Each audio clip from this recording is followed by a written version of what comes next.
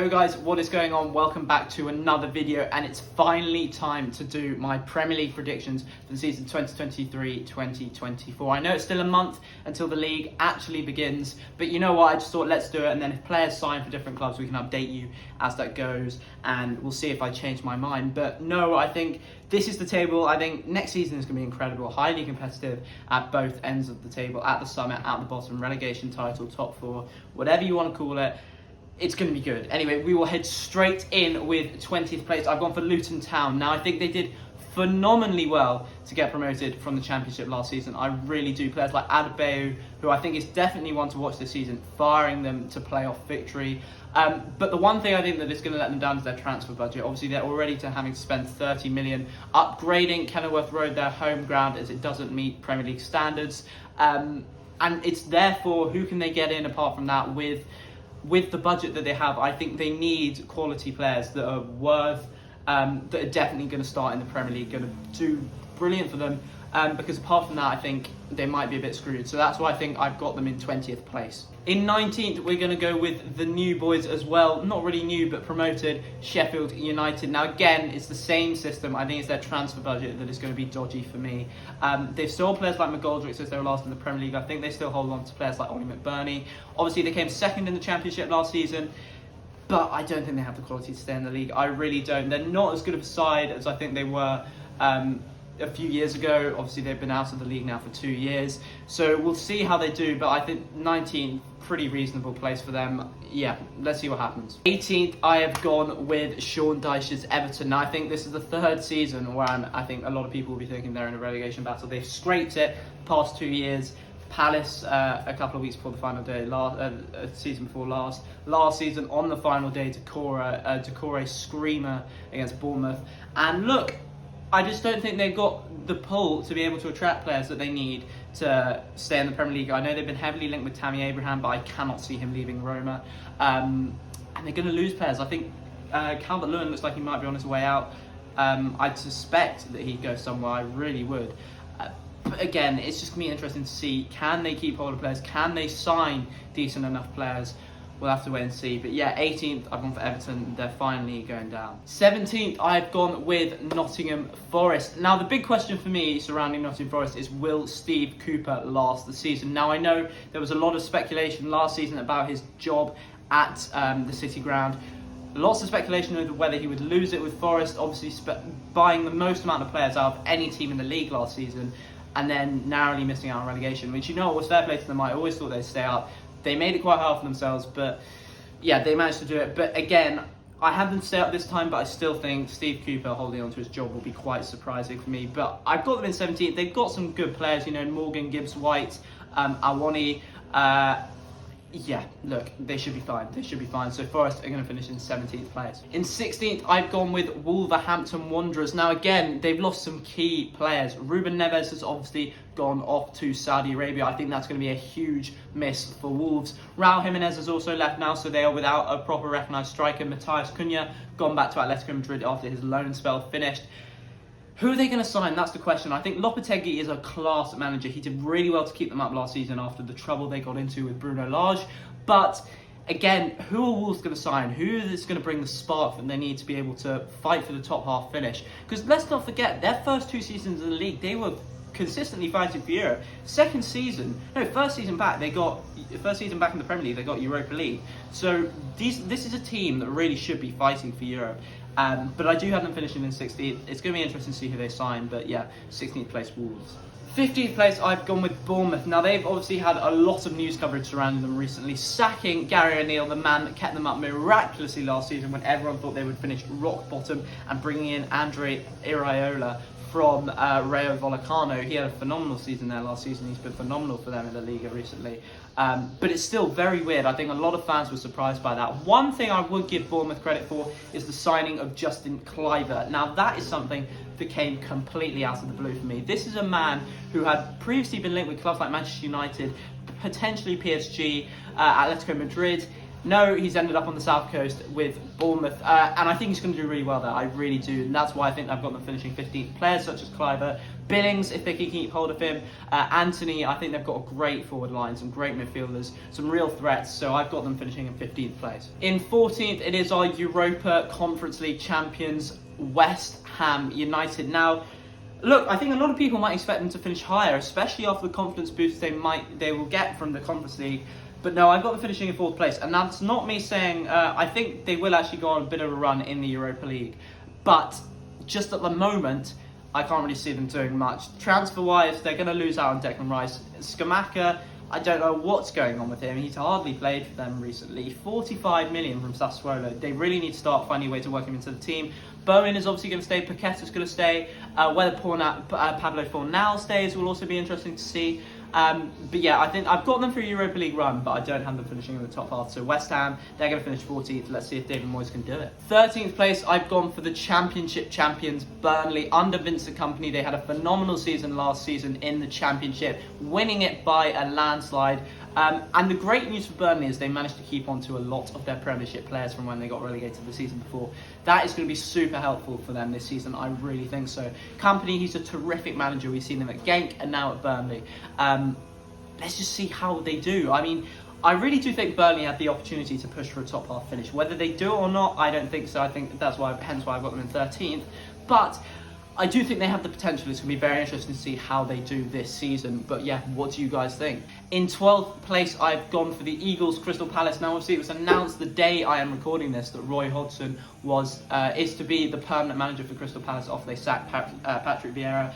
Look, I think there's one of two ways this can go. This could go horribly wrong for Palace because their tactics could be argued to be quite outdated as they are under a 75-year-old manager in Roy Hodgson. But at the same time, he managed to guide them to 11th place last season after Vieira was sacked, after the club had been lounging near the relegation zone. That was a terrific job from him. If they can keep hold of players such as Eze and Elise, I know Zaha looks like he might be on his way out, but bring in a replacement for Zaha, who's going to cause trouble. Another recognised striker for Palace, and I think they could be dangerous. Obviously, Edouard and Mateta, they've been missing a lot recently, so that's where it relies on for me. But yeah, I've got them in 12th place. I think they could finish higher, but I think 12th is a reasonable position for Crystal Palace. Now, the only reason I don't have the team I put in 11th finishing higher is because of Ivan Toney. It is, of course, Brentford. I have them finishing in 11th place. Obviously, Ivan Toney is currently banned until January, cannot train with the squad until September either after his charges by the FA. And look, I think this is going to be a huge miss for Brentford. I really do. Unless they can bring in a replacement,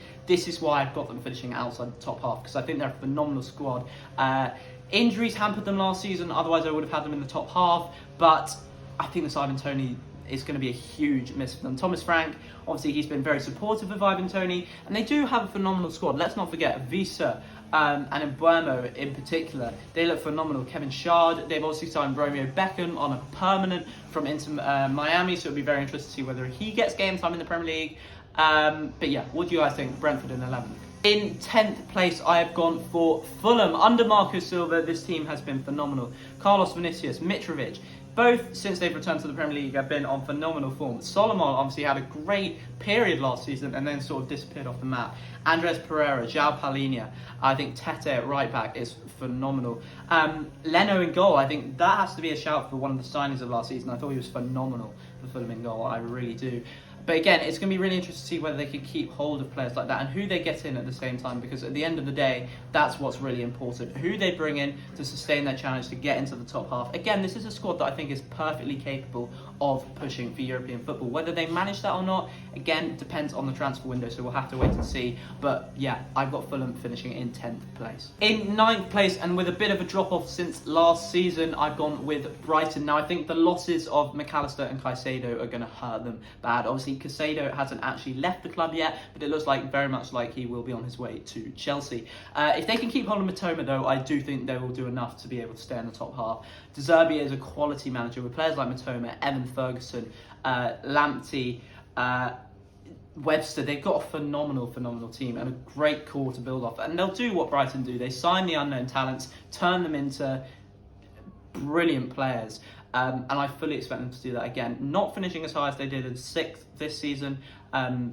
I think they're going to finish in 9th. Yeah, Seagulls, they finish in 9th. In 8th place, I've gone for the second best team in North London. It is Spurs. They will be finishing in 8th. Now, look, I think Ange Postecoglou is a phenomenal appointment for Spurs. From Celtic, won the treble last season. I think it's not a household name, but if anything, that's what Spurs need. They need someone who's going to be able to build a project. I think Maddison is a phenomenal signing for Spurs. I never would have had him going down to somewhere like Spurs. I would have thought he may have gone somewhere like Liverpool, Manchester United. But no, £40 million has taken him to North London. And look, it's a really interesting deal. I think it's going to slot really nicely into that Spurs team. I do think the main issue for Spurs, though, is whether they can keep hold of Harry Kane. Obviously, Bayern Munich have been heavily interested. Real Madrid, I do expect to come knocking if they cannot get their hands on Kylian Mbappe.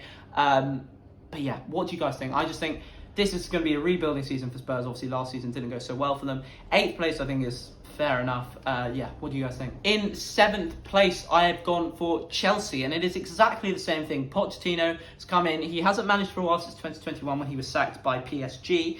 Again, I think it's a rebuilding season. I think Pochettino is going to do phenomenally well at Chelsea in the long run. This first season, I've seen a lot of people saying they're going to do really well. I think they will have decent periods. But the problem is, it's about sustaining that long time. And I just don't think at the moment they'll gel quick enough for that to be able to happen. Signings such as Nicholas Jackson, Christopher Nkunku, potentially Moises Caicedo, I think that's phenomenal business from Chelsea, I really do. But the problem is for them, they need to ship players out. We know that Kante's gone now, Kovacic is gone, Mendy's gone. They are getting rid of players, but in order not to breach FFP, they do need to start selling a few more, especially if they're going to bring in the likes of Caicedo, Nkunku and Nicholas Jackson. Yeah, what do you guys think? Chelsea in 7th. In 6th, I have gone with the team from Birmingham, Aston Villa, and this is where Unai Emery is really cooking. Pau Torres from Villarreal, I would have never expected him to end up at Villa Park. What a signing that looks like it could be for Aston Villa. Obviously, they managed to get Europa Conference League football on the final day of last season, pipping Spurs to it. Ollie Watkins is on fire, Buendia, Coutinho. They've got a phenomenal team at Aston Villa, and I really do expect them to finish in Europa League, potentially even win the Conference League.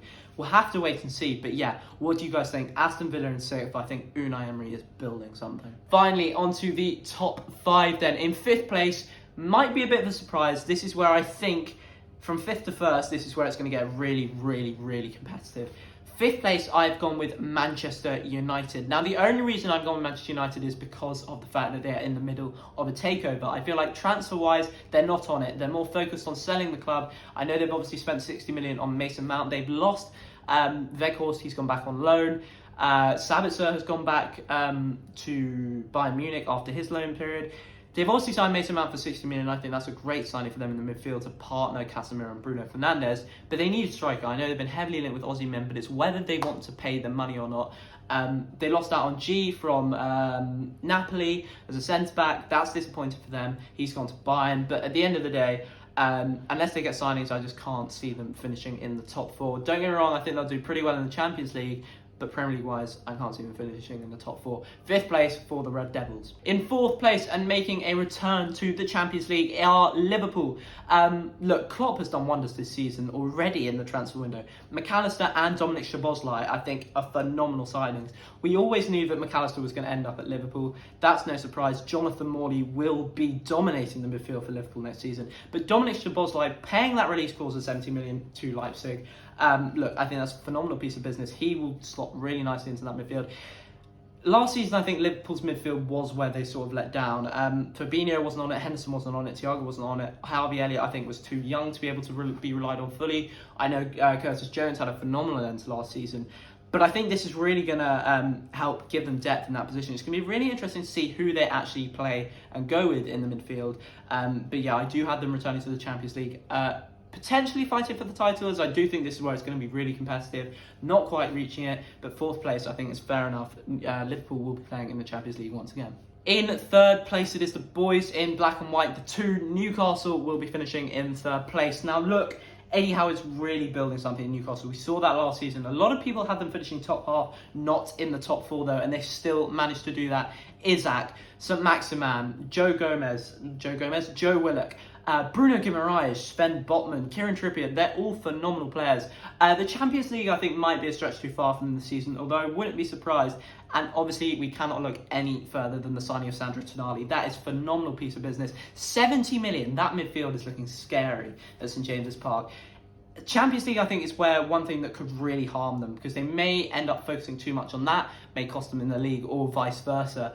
But I do have them finishing third. I think they'll comfortably finish in the top four. They're just such a great side. They play such great football. Newcastle will be finishing in third place. In second place, and I do think it's going to be much closer this season, are Arsenal. And it hurts me to say that we will not be winning the Premier League title. I do think we'll go on a decent Champions League run, but I've got us in second place. Declan Rice, Havertz, Timber, potentially Lavia. This transfer window has been phenomenal for me. I've waited for days like this ever since I started supporting this club. Ever since Ozil, I feel, was the last decent signing where we brought in a household name. It's been so long. I'm so excited with our team. And I really do think Champions League run is possible. But again, we can really push City to the final day of the season. I just think we've got that depth.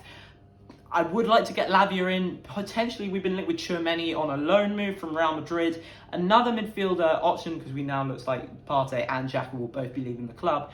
And I think we can really push them. Declan Rice, I'm so over the moon with. Havertz is still a bit of a weird one for me, but you know what? We'll take it. It's attacking midfield options, potentially a striker back up to Jesus. And then Jurrien Timber is just great defensive cover. Obviously, we know that William Saliba's loss cost us the title last season. We conceded way too many goals after he got injured. Brilliant signing. And yeah, I do think that we're going to really push Man City this season. I really do. Just falling short, I think. But yeah, Arsenal in second place. And then that, of course, means that Manchester City, the treble winners, will be finishing in first. Look, they are the treble winners. They had a phenomenal season last season, lifting the title by the end of the day by 5 points. Considering they were behind for the majority of the season, to win it by 5 points, it's only fair enough. They were on a roll. 23-game unbeaten streak ever since February, until they lost to Brentford on the final day. Incredible run. Yeah, as I say, the treble winners, they've signed Kovacic. They look like they might be signing Vardiol. They have lost Gundogan, though. I think that could be a problem. But Haaland, De Bruyne, Bernardo Silva, Grealish, it just doesn't stop. They will win the league by a mile. And yeah, there you go. Manchester City will be Premier League champions. Anyway, thank you so much for watching, guys. What do you think about my predictions? Do you think I'm right? Do you think I'm going to be horribly wrong? Or do you think I'm just being plain stupid? Let me know what you think in the comment section below. Let me know where you think your team will finish in the Premier League next season. And yeah, thank you for watching. I'll see you in the next one.